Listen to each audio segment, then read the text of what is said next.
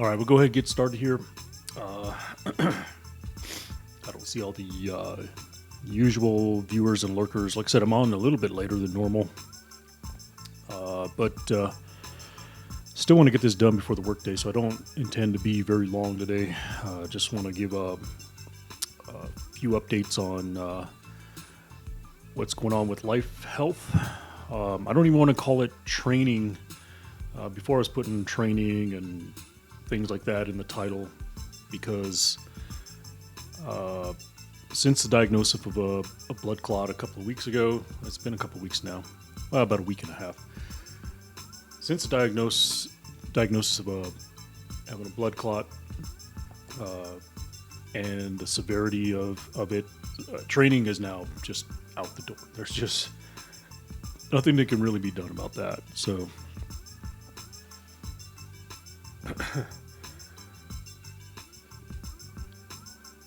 I got to turn the volume down on this monitor here. So training is out the door, so I'm not even going to put that in the title anymore because, as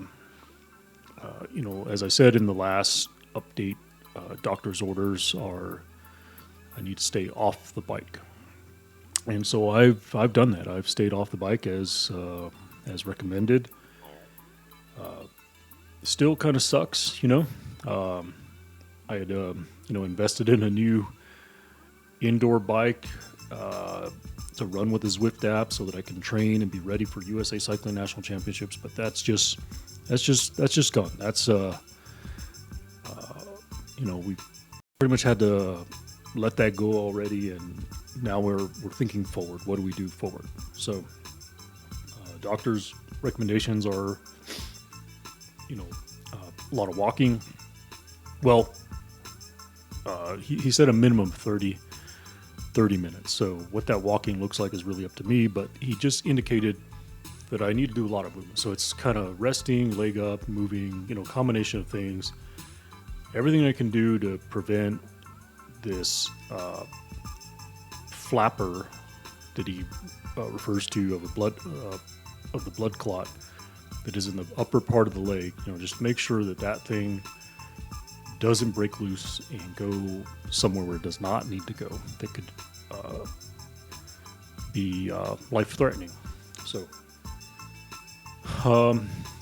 we're sticking to the plan. I have been doing some upper body workouts, some bench press, dumbbell curls, and some lat rows. I might eventually work into some crunches where I'm using kind of the upper body to control those crunches, but things like GHD sit-ups, things like that, I'm just going to have to kind of let those things go, for the time being, because I think that would just put a little bit too much stress in the lower torso as far as what's required to do that type of sit-up. So we're just going to have to let that go. I don't even think I would do thinking about like a straight leg sit-up, which is what I normally do. I'm definitely going to probably have to consider letting that go as well. So it's going to be more of a controlled upper body crunch is what I think sit-ups are going to look like right now. So let's not even call it a sit-up. Let's just call it a crunch. So let's get moving on into updates. So I saw my doctor last week, and so I was prescribed a certain regimen, and they wanted me back the following week so that they can monitor and take a look at this blood clot and get an idea of what it's doing, and whether it's moving or whether this flapper that they're concerned about in the upper part of the blood clot, is still there or is broken off and so forth. So there is an area there that is of concern. So anyways, let's get into my visit and update from yesterday. So went to the doctor first thing yesterday morning. So I did a brief workout, a Zwift walk, and a little upper body workout, and then went to my doctor appointment early in the morning. Really good doctor. Really liked the guy. a vein surgeon, vein specialist is who I'm working with right now. So I still have 2 other doctors that I'm working with. So I'll see my primary on Thursday. I see another doctor on Thursday, and then I have a referral from my vein doctor for a hematologist. So I'm pretty much going to go probably end up doing a blood study. I was just looking up, like, I know what a hematologist, but I wanted to get, like, read in there in specifics of, like, and so the question is why would you be referred to hematology? So reasons would include if you have or might have anemia or low red blood cells, deep vein thrombosis, blood clots, leukemia, lymphoma, or multiple myeloma. I can't read that. Myeloma, cancers in your bone marrow, lymph nodes, or white blood cells. So I think we obviously know why I'm going. Deep vein thrombosis, blood clots. So I've been referred to a hematologist. I haven't received the call on that yet, so now that's going to make another doctor specialty that I am seeing through this whole process. But let's talk a little bit about the visit from yesterday. So I'm kind of used to the routine now as far as what goes on there. They give you a special pair of shorts you got to change into so that they can essentially scan your entire leg all the way from the ankle and all the way up into the upper part of the groin. And so going through the scan, and the technician there was asking me some additional questions about calf pain, things like that. And I was like, yeah, I mean, it's swollen and I still feel some aching going on down there. So if you want to call it bad news, you can call it bad news, but it's really the same news because nothing has changed. It's still there. In fact, it's actually bigger than they originally thought, or longer, I should say. Bigger, longer, however you want to look at it. And so what I mean by that is that they were scanning the normal parts where they know where it begins, way up in the upper groin and down the inner thigh and back behind the knee. And she spent quite a lot of time in the calf area. And she said something about that the veins are a little bit difficult to see in the calf muscle. And so she was scanning. And so when the doctor came in, he let me know that the blood clotting actually goes past the knee and goes into the calf muscle. Now, he said, since I've been on Eliquis for quite a while already, and I'm already on sort of the maintenance dose, it's highly unlikely that my body can develop more blood clots. So they think that they just missed this in the last scan, so they don't think it's new. It's pretty much, it's the same blood clot, but it goes further down the leg than originally expected. So you can call it bad news, or it's the same news that I have the same blood clot, but it's just goes beyond the knee and goes down into the calf. So anyways, that's the update on the visit. So no real change in recommendations. Obviously, I need to stay off the bike.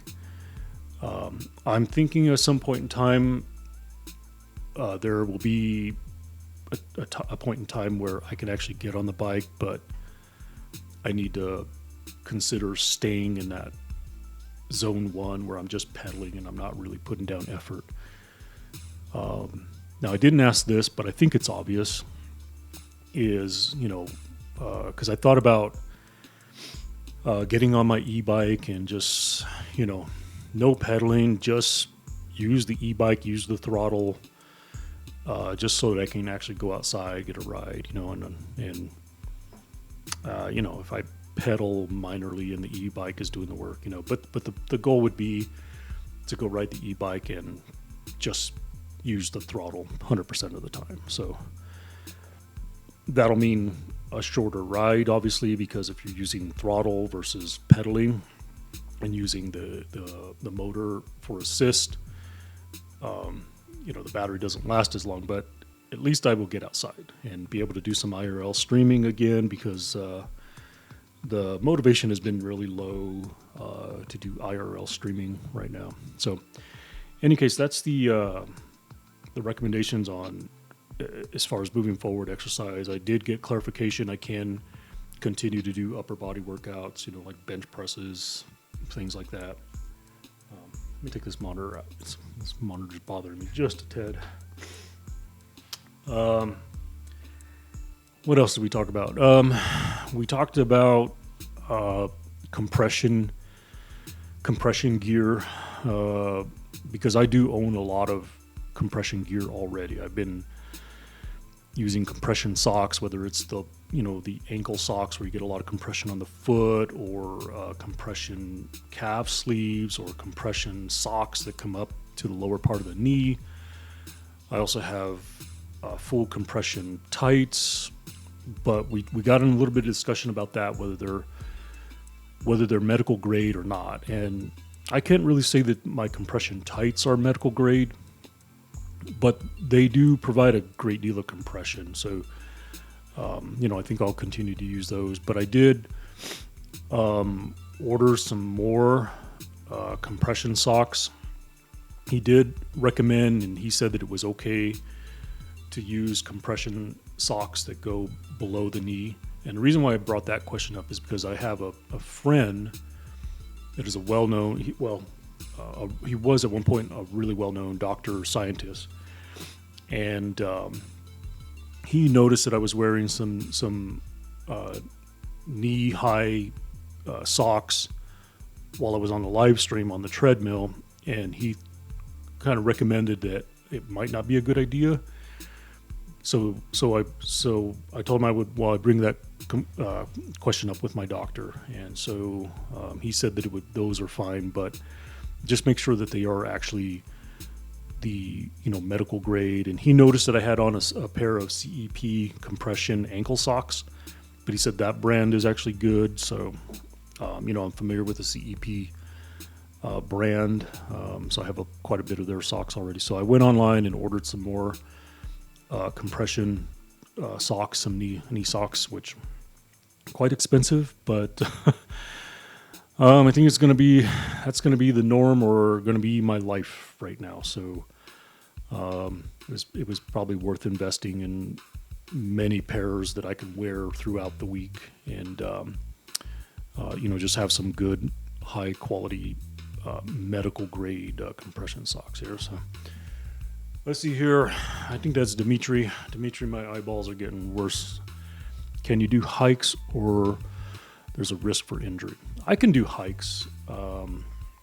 I actually thought about that, making that one of my IRL streams where, perhaps I drive to the foothills, or, I think if anything, I need to start by just go do a IRL walk in the neighborhood. I think my neighborhood is pretty nice neighborhood as far as like walking around the ditches and things like that. There's a lot of sea animal farms and stuff like that. So I'm going to start with one of those, and then maybe go to the foothills and do one of those hikes that I did, earlier in the year, where I'm hiking in the foothills and stuff like that. The only thing I have to be careful with is the potential for injury, and those injuries would include potentially cutting myself. Okay, that's my highest risk on anything right now. So, which has heightened or elevated my how cautious I am around things. Okay, I'll give you a couple examples. This weekend, pretty much all week long, and maybe a couple of weeks now, we have an area where, as packages come in and stuff like that, the cardboard boxes stack up and stuff, and then maybe once a week we will break those down and put them in the recycle bin. And they were piling up, and they're piling up because one, I kind of normally do it, but sometimes my wife does it. But generally, and I don't have it here, it's actually over there, but I have a very sharp knife that I use to cut the tape and break so that I can break the boxes down. And I have accidentally cut myself a couple of times because I'm doing something dumb where, I hold the knife, I make my cuts on the box, and I'm still holding the knife, and then I'm opening the box and everything and breaking it down. So I had a lot of anxiety, hesitation to do it. But so what would normally be like a 5-10 minute job turned into like 20 minutes because I would literally pull one box, set it up. I have an area where I have the knife now, so I grab the knife. I made my cuts very carefully, and I put the knife back down, and then I opened the box and broke it down, and then put it in the recycling. And then I would pick up the next box, grab the knife, and so it's just a very slow, tedious process where I'm very carefully thinking about everything that I do. So that's the only risk is, cutting myself because blood will just not clot very easily right now. In fact, yesterday, I got a cut on my nose right here. After my workout, I kind of did a couple other things and didn't realize time was flying by. So I quickly got in the shower so I can get ready to go to my doctor appointment. And so, I put soap on my hands, and I just very aggressively was trying to get it done. And this finger, as I was going really fast, accidentally kind of went up my nose, and then the edge of the fingernail cut my nose here, and I couldn't get the nosebleed. It wasn't really a nosebleed. It was a little cut right here that bled for like 10 minutes. I mean, it just wouldn't stop. So again, I just have to be very careful about stuff like that. But as far as a hike, yeah, I'm planning a hike. I'm planning on doing some walking streams. I got to get my gear out, and everything's just been in bags right now because the last time I put it all together was when we went camping, thinking that, hey, if I had signal, I might do a live stream. I haven't even removed anything out of the bags. It just, like I said, life has just been a little hectic right now. As far as remotely thinking about live streaming. So gonna get myself back in the groove here. Now that I'm more and more accepting that this is what it is, there isn't going to be any change in the near future. I mean, right now, language that's being used is months.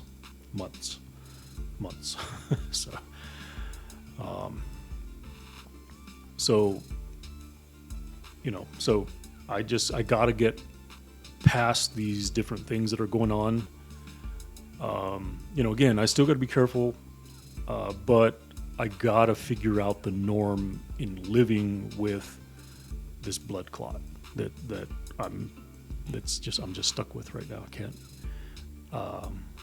doing everything I can to aid the body doing what it needs to do, and that's just hopefully kind of dissolve itself, and then hopefully in the end that some of the vein valves, which that was part of the discussion yesterday, is the vein valves don't get damaged from this thing here. So that's another potential risk is because once the vein valves, and she was talking about how those work as far as like how they control like where blood flows and things like that. In fact, I can see where she was testing, because she would hold the probe, and then she would like squeeze my leg, like where a vein was, and she was testing the valves to make sure that they're operational still. But that's something else that I'm going to have to think about, is like hopefully valves don't get damaged through this whole process as well. Sounds like it can be semi-serious. Yeah, it definitely can be semi-serious. That's why I definitely have to be careful, like I said, about what I do, and just don't let my head get in it like I'm feeling good. Like right now, I can tell you my leg, I don't really deal with the pain anymore. I feel like little inklings of like little sharp pains once in a while. I feel the blood clot. I know that it's there. Believe me, it reminds me every day that it's there. But like right now, if I was to say how I feel like I can go jump on the bike and put down an effort. But that is definitely not a good idea right now. So in any case, all right, what else did we talk about? So we talked about compression socks. So I got that ordered. We talked about seeing a hematologist. Interestingly enough, he's not going to see me for another month. So I guess they're not too concerned about monitoring this thing on a weekly basis, which that was kind of my previous experience with my blood clot 20 years ago. I was having to go in weekly so that they can monitor this thing. So I guess things are just a little bit different. The other thing that I'm just going to mention it, but it didn't come up in discussion. And because I keep hearing about, like, there's these different alternatives where they do vein bypasses or removing certain veins and stuff like that. Okay. Now, I'm not going to bring that conversation. I'll just make that very clear. I figured, hey, this guy is the vein surgeon. He's the vein specialist. If I'm imagining that if those were options or considerations, that he would bring that up. Okay. And so those have not come up in conversation. So I'm kind of glad about that, because believe me, I don't want to go under the knife. I don't want to even think about surgeries or anything like that. So far in 2 appointments, the language has been very clear about that. I mean, in fact, he wrote me, I don't want to turn this around here, but he wrote me a new prescription for more Eliquis. So currently I have a 2-month supply of Eliquis, and the language is that this is potentially lifetime now, here forward. I might be on Eliquis for the rest of my life. I may be dealing with thin blood and the potential of lack of blood clotting easily for the rest of my life, and have to think about that all the time now. So right now it seems like the thought process is I have to deal with this moving forward the rest of my life. There has not been any recommended or suggested alternative solutions other than I have to keep doing what I'm doing. So, okay. I think that's it on the doctor visit, the update, moving forward with blood clot. I can't think of anything else that was discussed. Yeah, that was it. So that's where we are with the whole situation, how we're moving forward. So really, a lot of this is up to me as far as how I deal with it mentally from a mental health perspective, because I can tell you the last week has been emotionally traumatic for me. There was some, at the beginning of the week, some very weak moments of just feeling helpless, essentially. And so now I feel in a much better place. I think I can talk about things without getting upset. I can mention certain aspects of what's going on in life without getting emotional and feeling like under pressure. Interestingly enough, I used that song on an Instagram reel recently, Under Pressure, because it's just what it feels like. Just life feels like it's under pressure right now. And so now, though, mentally, my head is getting a little bit more in the game, as far as even business, working, calling my different team members and working with my team, talking to my boss yesterday. I feel a little bit more sense of normal as far as how things are going to be moving forward. It's just not going to change. So I need to change my mindset on how I'm handling life, how I'm handling friends and family socially, how I'm handling work and things like that. I need to get my head in the game and change thought processes and everyday way of life and thinking has to be a little bit different now. So we're continuing to work on that. I can say there's a lot of improvement. I feel much better about things, under the idea that this here still at time feels like I'm sitting on a ticking time bomb, essentially. That I think I've described it to a few people that hang on, Benedetto. I can barely see your name. I'll put my glasses on here in a minute. Let me finish my thought. It's kind of like if somebody told you, hey, sit on this stick of dynamite, but you can do this, you can do that, you can do this, and you can do that. But if you do this and you do that, you're dead. That's the only way I can let somebody know what's going on in my head right now. Because again, like I said, it's this thing in my leg, this blood clot, reminds me every day that it's there. And it's not a mental thing. It's physical. Like I said, I feel it. I feel every bit of it, all the way from the groin, upper part of the leg, all the way down the inner thigh, behind the knee, all the way into the calf. All these little tweaks, minor pressures, little aches. The blood clot reminds me that it's there. So, all right, let me read this here.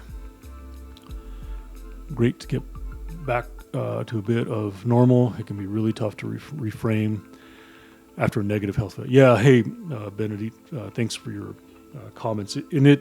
That's exactly what it's been. Reframe of mind, thinking. Like I said last week, not so much. I was really letting things get to me. I've always been a fan of the song Under Pressure, and just because of life in general, but that song kind of hit more at home last week than today, but I think it's going to be kind of an ongoing theme song for me as I continue to just progress and move forward. So you might see it on some more of my Instagram posts or my TikTok posts where I use that. And if you do hear it, that is kind of the meaning behind it. It's just feeling the pressure of life and health and what's going on, and how do we move forward. So there's definitely a lot of other things I got to think about, which I'm not going to mention here. Just more personal things that I need to make sure are in order and everything like that, just in case we're not going to go there on that subject, but just in case anything happens, I just need to make sure things are in order. So we're going to also be working on that and not trying to be negative mindset about that. Just, it's what needs to be done just in case. I can't continue moving forward thinking like, hey, everything's going to be 100% great, because, hey, I would love to have that expectation, but I would be severely setting myself up for disappointment if anything happened and I didn't prepare properly for things. So again, I'm not trying to sound morbidly negative or anything like that. It's just, life is what it is. Okay. All right, everyone. I do need to get on with my work day. Like I said, I'm in here a little bit late. I didn't do my Zwift workout today or anything like that, just because I had a lot of things going on. I was actually editing a video. In fact, it's almost done. It's still uploading. It's actually a how long is that video? I think it's about a 15-minute. It's a 4K video. So it says it'll be done in about 2 hours. That's just uploading. So it's probably going to be like another 2 hours of processing up to 4K. So later on in the afternoon, I'll pop up I'll post links and everything to the new video. It's just another bike ride video. I was sitting on some video footage from a fall e-bike ride that I did. Not the one that I did with my wife, and I posted that video. This was just some additional footage that I was sitting on. During the live stream, I was recording in 4K at the same time that I was live streaming, and I never got around to editing the video. So it's posting right now. How long is a video? 1 hour? No, the video is going to be the one that I'm uploading is only like 15 minutes. So it was literally 2 hours of footage, but I just took a lot of like 30-second clips, 40-second clips only, and just kind of patched them together. So they are in sequence as far as like where I leave from my home and coming home and things like that. But just a lot of the fall colors, the fall, the fall colors in the trees and stuff like that. About 15, so not 50, 15, 1-5. Yeah. So it'll be up in about, I'm going to estimate about 4 to 5 hours. It'll be ready. So, yeah. All right, everyone. That's going to do it for me today. Hey, like I said, I just wanted to jump in here and give a quick update. I sometimes wonder, why do I do this? But it seems like since this life event has occurred, this has kind of been a means for me to have an outlet to think about how I want to talk about it.